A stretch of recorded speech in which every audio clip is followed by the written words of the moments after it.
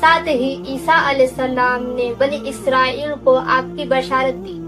عیسیٰ علیہ السلام فرماتے ہیں، اے بنی اسرائیل، میں تمہارے پاس آیا ہوں، میرا آنے کا ایک مقصد ہے، میں ایک رسول کی بشارت دینے آیا ہوں جن کا نام احمد ہوگا۔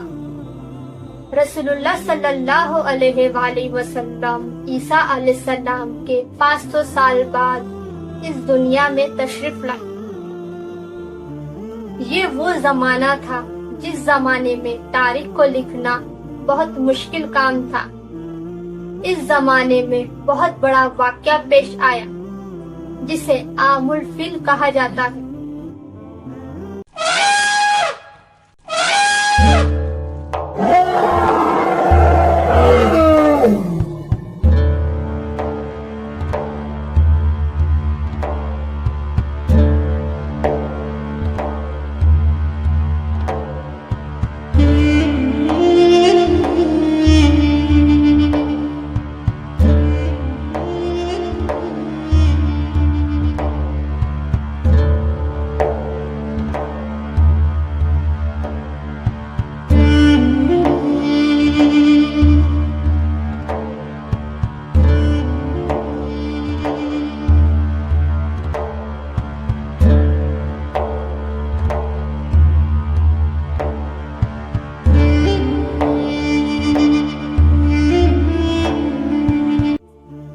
سال ابراہ بادشاہ اپنے لشکر کے ساتھ ہاتھیوں کو لے کر خانہ کعبہ کو تباہ کرنے کے لیے آیا۔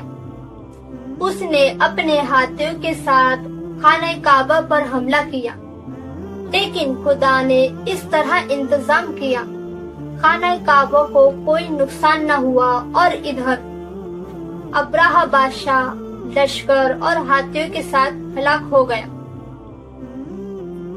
اس بنا پر جتنے بھی واقعات پیش آتے، 1 سال میں، 2 سال میں یا 3 سال میں، حتیٰ کہ 10 سال میں، اسے بیان کرنے کے لیے یہ کہا جاتا عام الفیل کے 1 سال بعد، عام الفیل کے واقعات کے 2 سال بعد۔ اس طرح واقعات بیان کرنے کے لیے عام الفیل کا تذکرہ کیا جاتا۔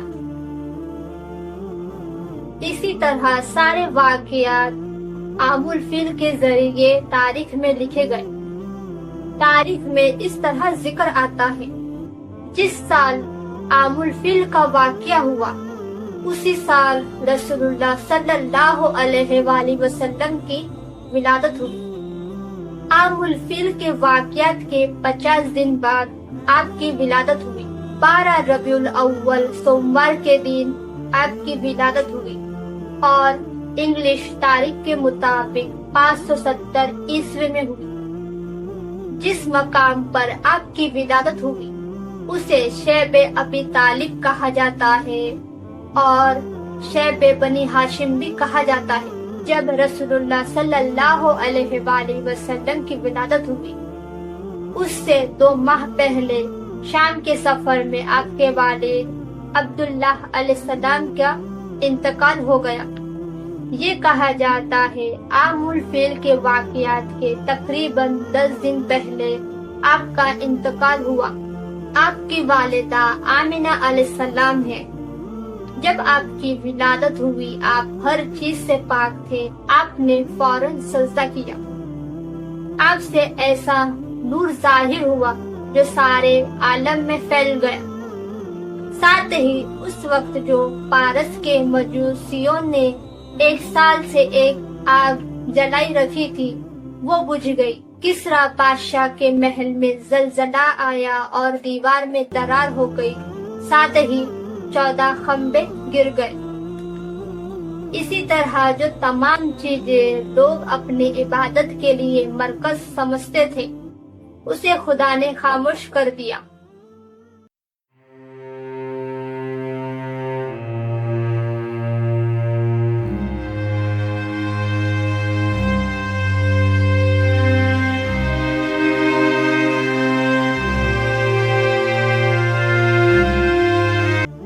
ولادت کے وقت ایک یہودی نے دیکھا آسمان میں ایک سرخ رنگ کا ستارہ طلوع ہوا، اور وہ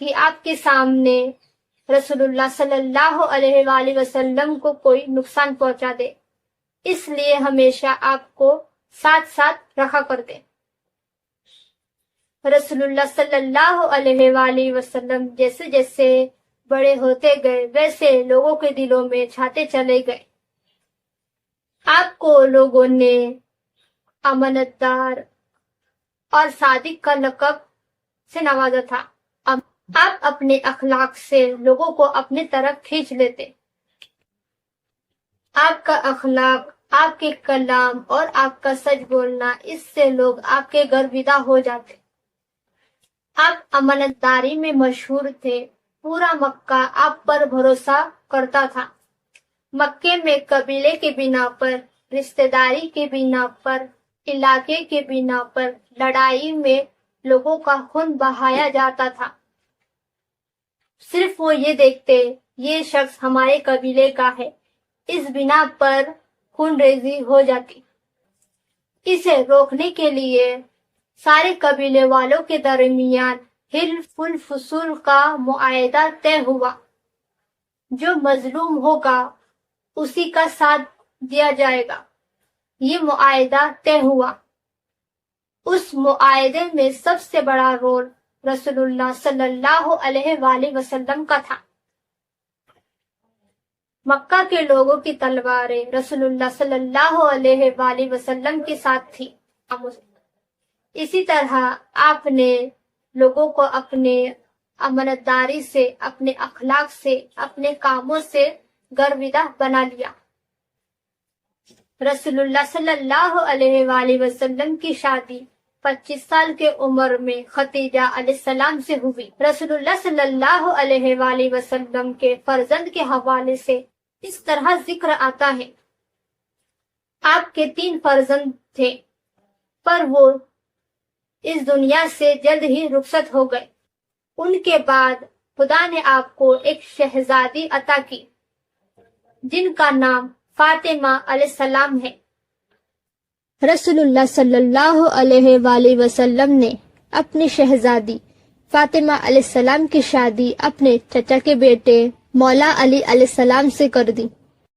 بعض روایتوں میں یہ آتا ہے آپ کے 3 فرزندوں کا نام قاسم، عبداللہ اور ابراہیم ہے، اور ساتھ ہی اس طرح بھی ذکر آتا ہے آپ کی اور 3 شہزادی تھی جن کا نام زینب، رقیہ اور کلثوم تھا۔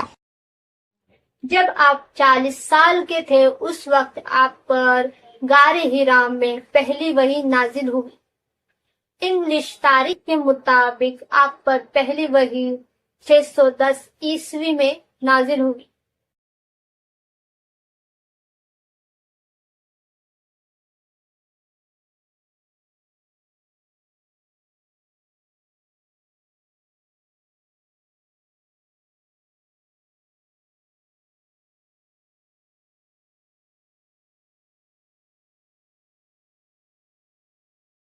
اعلان رسالت کے بعد آپ کی زندگی بہت سخت گزری۔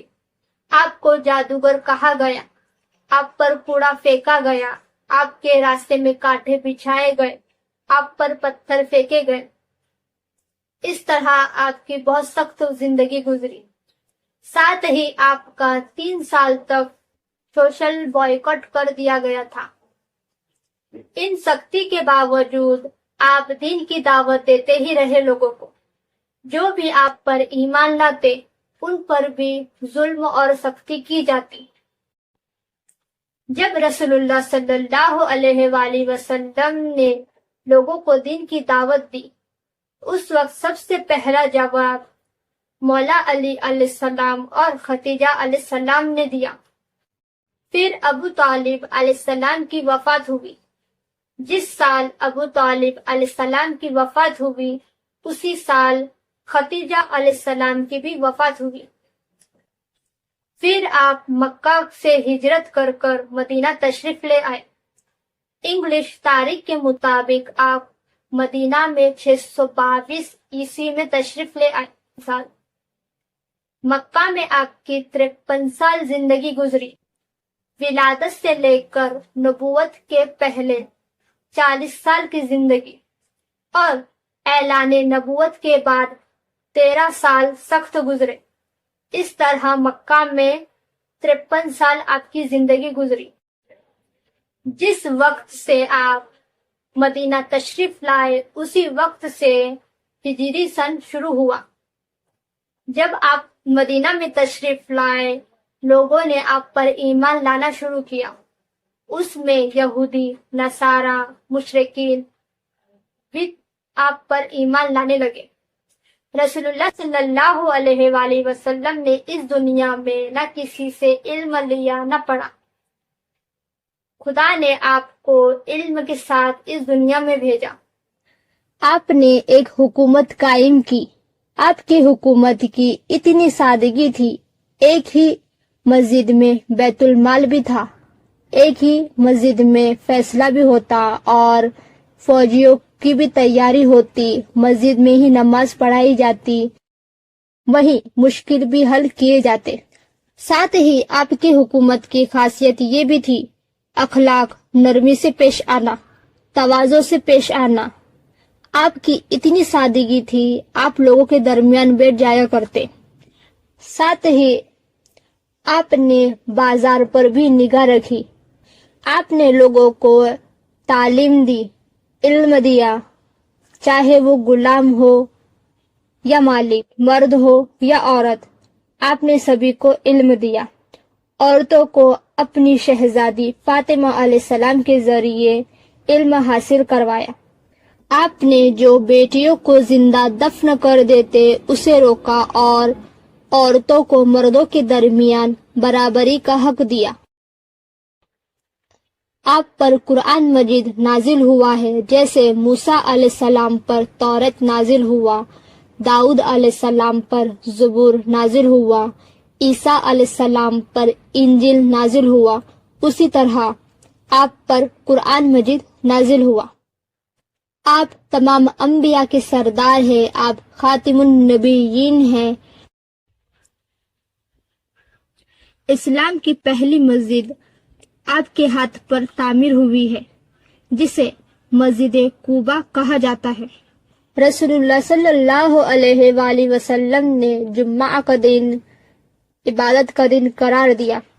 آپ کے زمان میں آپ نے رجب کی 27 تاریخ کی رات کو 1,24,000 انبیاء کو نماز پڑھائی، اور آپ نے 7 آسمانوں کی سیر کی ہے۔ آپ نے جتنی بھی جنگ لڑی ہے یہ سب مدینہ سے لڑی ہے۔ ان 10 سالوں میں آپ 27 جنگ میں شامل ہوئے اور 56 جنگوں میں شامل نہیں ہوئے، یعنی آپ خود نہیں گئے اور اپنے فوجیوں کو بھیجا۔ آپ نے جتنی بھی جنگ لڑی ہے اس میں صرف آپ نے اپنا دفاع کیا ہے، جیسے بدر کبریٰ، احد، خندق، حنین، تبوک۔ تاریخ میں اس طرح ذکر آتا ہے جتنی بھی جنگ زمانے رسول میں ہوئی ہے اس میں 1000 سے زیادہ لوگ مارے نہیں گئے ہیں۔ اس طرح بھی ذکر آتا ہے جتنی جنگ زمانے رسول میں ہوئی ہے اس میں 2000 لوگوں سے زیادہ مارے نہیں گئے۔ آپ نے 10 ہجری میں آخری حج کی۔ مکہ سے مدینہ تشریف لاتے وقت غدیر خم موضع پر آپ نے مولا علی علیہ السلام کو اپنا جانشین قرار دیا۔ آپ نے فرمایا، جس کا مولا میں ہوں اسی کا مولا علی ہے۔ آپ نے 70,000 مسلمین سے عہد لیا۔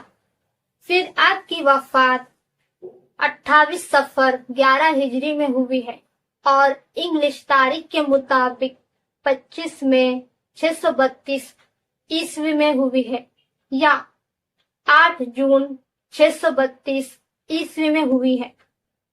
آپ نے تقریباً مدینہ میں ہجرت کے بعد 13 سال زندگی گزاری۔ ولادت سے لے کر وفات تک آپ کی عمر 63 سال رہی۔